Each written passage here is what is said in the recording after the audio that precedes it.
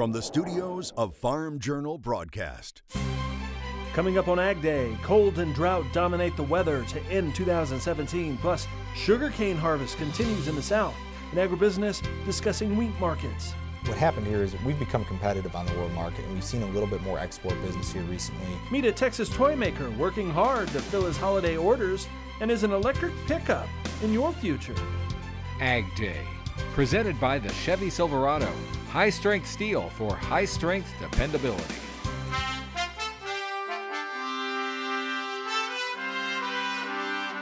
Good morning, I'm Clinton Griffiths. Areas from New England to the Northern Plains and Great Lakes are dealing with frigid weather, with highs in the teens and sub-zero lows.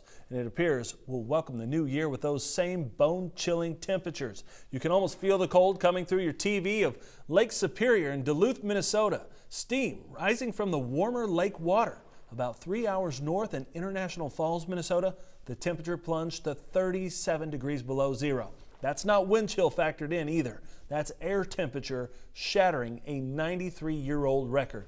Meanwhile, in the central and southern plains, the problem is drought. The just released drought monitor showing the entire High Plains region is widely covered by some level of dryness or drought. In Kansas, drought levels grew worse from last week with nearly 9% in severe drought. Last week, it was 2%. About a third of the state is in moderate drought.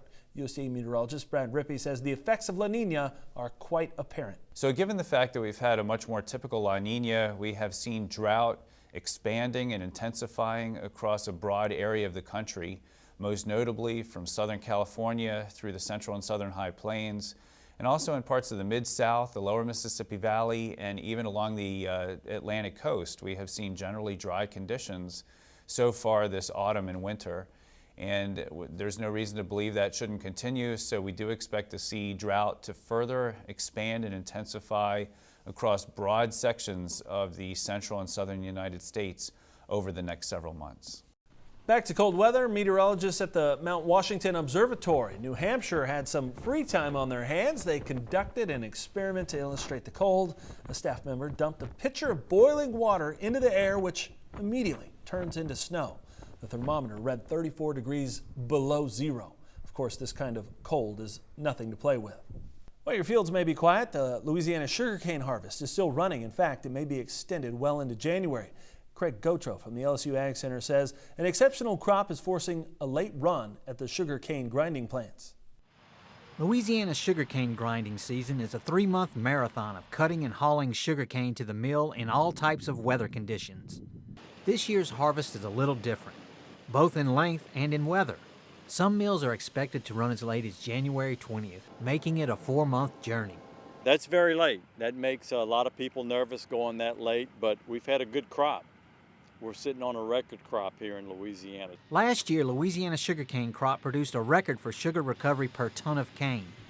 The all-time record for sugar per acre was more than 8,400 pounds in 2012, and Gravois expects that record to be broken. This year we have good sugar recovery.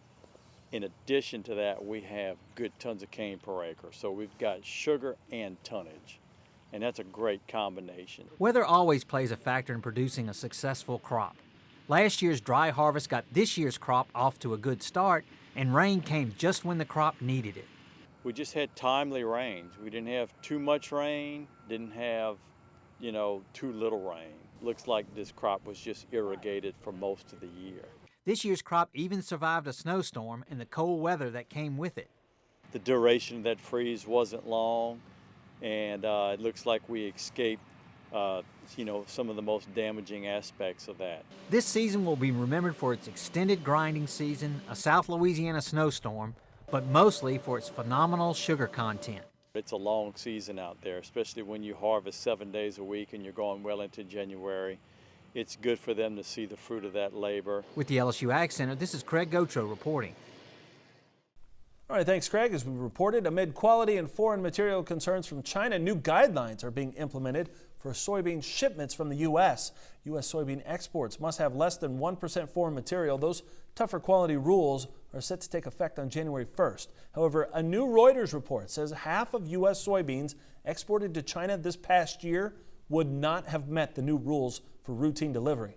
The changes could mean more processing, which raises the cost. of those soybeans. And competition for those hungry mouths to feed with soybeans is also on the rise, partly due to lower protein content this year.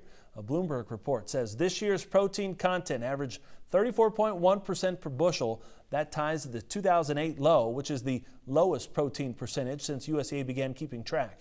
Brazilian beans typically average about 37% protein. And speaking of trade, according to new government figures, trade complaints by U.S. ag industry against foreign competitors are soaring under President Trump, now at levels not seen in more than 15 years. There have been 79 new trade investigations since January 2017, including disputes over Argentine biodiesel and Spanish olives. It makes 2017 the busiest year for anti-dumping and subsidy cases at the U.S. Commerce Department since 2001.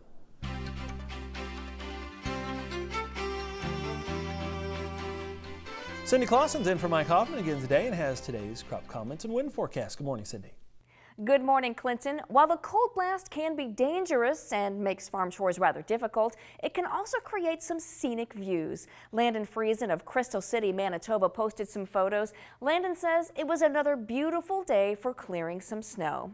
And Greg Tykeson of Portland, North Dakota posted this aerial view from the grain bin. They were moving some corn prior to the next anticipated snowfall. This photo was taken last week.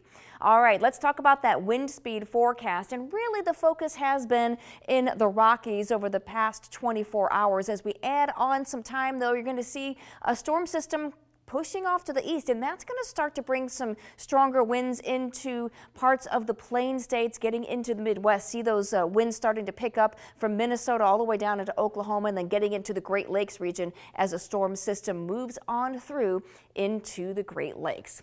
That's a look at your wind forecast. I'll have your national forecast coming up, but for now, here are some hometown temps. Farm Journal On Air is the go-to app for American agriculture. Agday, AgriTalk, U.S. Farm Report, and more. 24/7 access to all of your favorite shows, TV and radio. In your hands, on demand. Farm Journal On Air. Download the app today.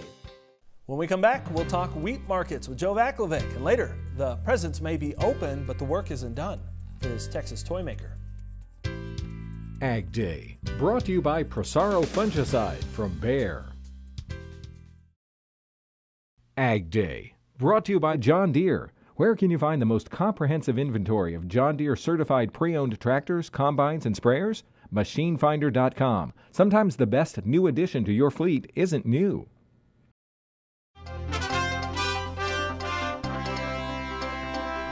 Joe Vaclavic, Standard Grain, our guest here at the Agribusiness Desk today. Joe, let's talk about these wheat markets, because as we look at the end of last week, wheat was kind of leading corn. It felt like that market. Is it dryness? Is it weather? What's behind these moves that we've seen? Well, the market overall has still acted very poorly. We're sitting, in some of these winter wheat contracts, 10 to 15 cents off It's contract not great lows. by any means. So it's not like we've had a real substantial rally. We've had some bearish news recently. We saw larger production estimates out of Canada, out of the EU, out of Russia, which pushed our prices lower initially. And what happened here is we've become competitive on the world market, and we've seen a little bit more export business here recently. We've also got some developing dryness in the U.S. Southern Plains, which the market generally doesn't react to this early in the growing season. It's more kind of a late winter, early spring thing when we emerge from dormancy. Sure. But it's something people are watching. Funds are record short. We got the end of the year coming up. So is there some light at the end of the tunnel? I think you could make that case at least. Still too early, you think, to talk about maybe adding acres into next year? Significant impacts on drought, competition from the global market. Still too early on that stuff, or is it? Well, acreage is widely believed to be lower. Again, right? Overall, we're going to be lower. I think we were 108-year lows last year, and we're going to be lower yet again this year, and it's simply because we don't have prices that can support the production. We're kind of the low cost, or the high cost residual supplier on the world market, if you want to put it that way. We can fill the gaps here and there, but we're overpriced. I mean, they've got a cheaper product out of the Black Sea region. That's really been our big problem here. So you got to hope we cut back acreage enough to help at least fix this to some extent and work into some better prices. Have you heard any difference on quality and protein? I mean, I've heard some issues out of the Black Sea region with that on wheat, that the U.S. is being accepted there, but again, just slivers of hope here. Yeah, there were some high premiums in the cash market for better protein wheat in the U.S. recently, and that's not anything that's totally strange.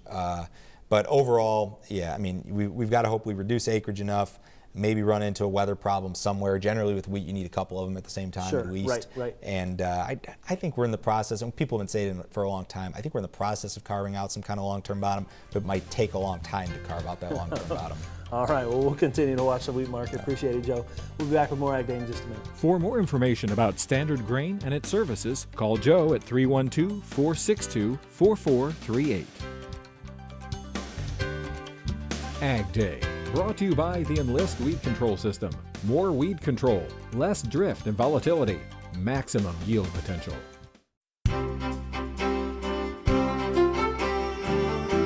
Welcome back to Agday here with Cindy Clausen, looking at the cold snap that we're expecting over the next week or so, and it sounds like it's going to go pretty far south. Oh yeah, I mean it's just this Arctic blast that is, it's like a bad house guest that just won't leave, right? Well, let's take a look at what's going on. You've got a cold front in the nation's midsection, low pressure system over the Great Lakes. That's going to move on to the south, bringing a little more snow to that area. And we have a stationary front all the way back into the northwest. So we're going to be seeing some of that higher elevation snow, lower elevation rain, and we're not going to see a whole lot of change. There's not a ton of fast movement with that. So look for some wet weather continuing into the northwestern United States. As we put this into motion, you're going to see that low pressure system, that front moving to the east. We're going to see another little piece of energy moving into the Great Lakes area, the central and eastern Corn Belt. Watch for some snow there, and then we'll see again lake effect snow kicking up back behind there. Most of the southern United States is actually going to be on the dry side. As we head into Friday night, we'll see that snow continuing off to the east. Again, not a lot of change in the northwest. We're going to be seeing a fair amount of snow, especially from Montana into the western parts of Wyoming and even into Idaho, as we see those fronts kind of sticking nearby and keeping that moisture coming. But look how far south this front goes. This is like a blue norther where we get that cold air dipping all the way down into Texas. So we're going to be seeing a very cold period of time for most of the nation's midsection and even into the eastern United States as that cold front continues to push on off to the east. So most of the country is going to be seeing below normal temperatures. The warm area just kind of hanging out in the southwestern United States. All right, let's take a look at precipitation. Most of it's going to be over here in the Pacific Northwest, where we see that rain and snow. And you can see kind of that trail where we have that clipper system that's going to be moving basically all across to the east coast. Now, as far as snowfall, again, most of that in the northwest as well, but we're going to see some of that trailing through, as you can see that system there. So a lot of folks are going to see at least a couple of inches out of that as it moves on off to the east, but obviously the heavy snows are going to be in the upper elevations into the northwestern United States. Take a look at the temperatures, highs of 1 below in Bismarck. This is cold air for a lot of folks, especially up here in the Great Lakes, but that cold air is going to continue to sink on to the south, so we're going to deal with some really cold air. Look at that 19 below tonight in Bismarck, and just imagine the wind chill. It's going to be much colder than that.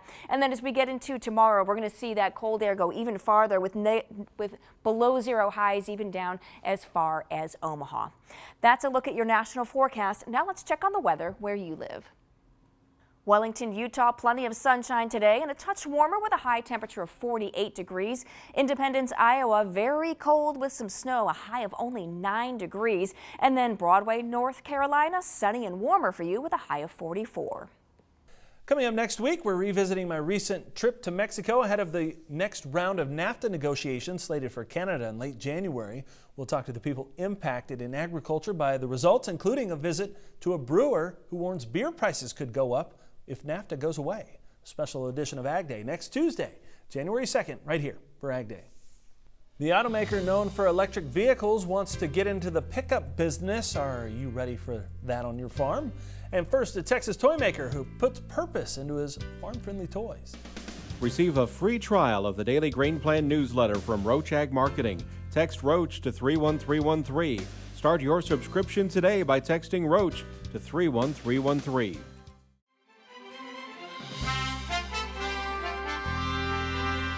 In case you're having a late Christmas this holiday weekend or planning ahead for next Christmas, we have a toy shop you need to hear about. It's way up north, North Texas that is.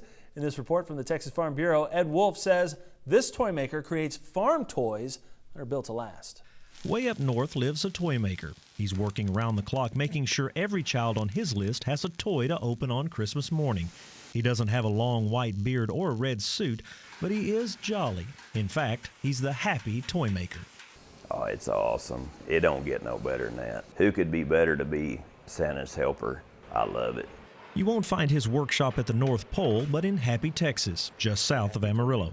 He's been building these handcrafted creations for almost 20 years, and it all started with his two boys. Jerry farmed and ranched when they were little, so the toys his sons really wanted couldn't be bought at the store. Their first request, a blue doctoring chute. It just seemed like all the tractors, all the wheel corrals, well, anything the boys would see outside here, well, they decided that they wanted in the house to play with. And when you couldn't find them, I just had to build them. It wasn't long before Jerry's house became popular with the neighbor kids. The local children loved playing with his homemade toys, some spending all day at their place. There was something about his trucks and cattle pens that captured their imaginations. There was one kid that came to the house all the time, and he would just come over and nobody knew where he was. So his mom decided that if Jerry would make the toys for everybody else, then maybe her son would stay home. So in 2006, Jerry started making toys for everyone. He built about 50 wheel corrals that first year, not knowing what to expect. But every year since, the demand has grown and grown. Last year, he sent around 4,000 toys to homes and families across the country. It's a lot of fun when mom sends a video back of the kid opening the present or playing with it or whatever. We get a lot of dads that play with it before the kids get it. Everybody in the family enjoys playing with the toys. Jerry's wife Patrice makes all the animals and people, from bulls and calves, chickens and horses, to cowgirls and rodeo clowns. She molds and hand paints every one. Jerry builds everything from pickup trucks, semis and trailers, to loading chutes and rodeo arenas, even a feedlot. Every toy is crafted with care, and they work like the real thing, and they're made to last. The kind children can one day pass down to their kids and grandkids. I just think that a farm kid or ranch kid growing up with this stuff, they can learn how their parents do things and be more interested in agriculture, because we need kids to be interested in agriculture. Jerry's sons are now helping him in the workshop. His toys are in the homes of ranchers, truckers, and even professional rodeo cowboys. After 2 decades of building toys, he knows a little of what Santa goes through. He's even been known to deliver a toy to a child's home on Christmas Day. There's nothing he likes better than seeing a smile on a child's face. And it brings him joy to know his handiwork makes kids across the country truly happy. For TFB News, Ed Wolf, Happy. From toy trucks to work trucks, will this pickup be the farm truck of tomorrow? My thoughts next. Agday, brought to you by Top Third Ag Marketing. Farmer first with a plan for every market.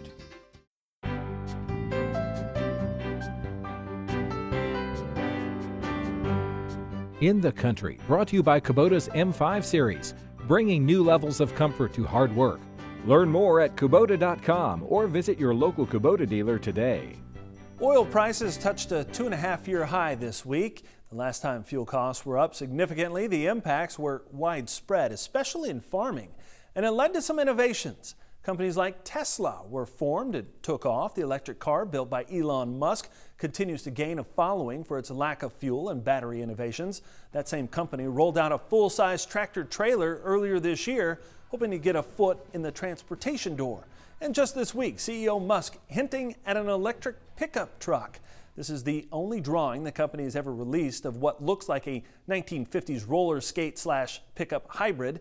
Even though full production is probably 5 to 10 years out, I'm not sure, given the current technology we know of, an electric truck will find many buyers in farm country. And for some of the same reasons, smaller fuel-efficient cars aren't hauling cattle and bales of hay today.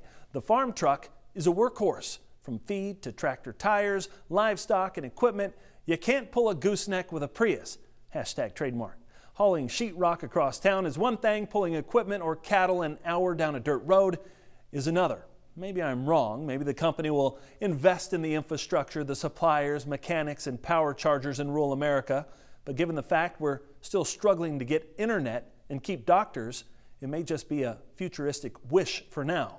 But I've been wrong before, and betting against Musk has proven a sour game. Until then, I'll park that electric pickup next to my hoverboard and jetpack right there in the garage. And that's all the time we have this morning. We're sure glad you tuned in. For Cindy Clausen and all of us here at Agday, I'm Clinton Griffiths. Have a great day. Agday, brought to you by Ram Commercial, America's longest lasting heavy-duty pickups.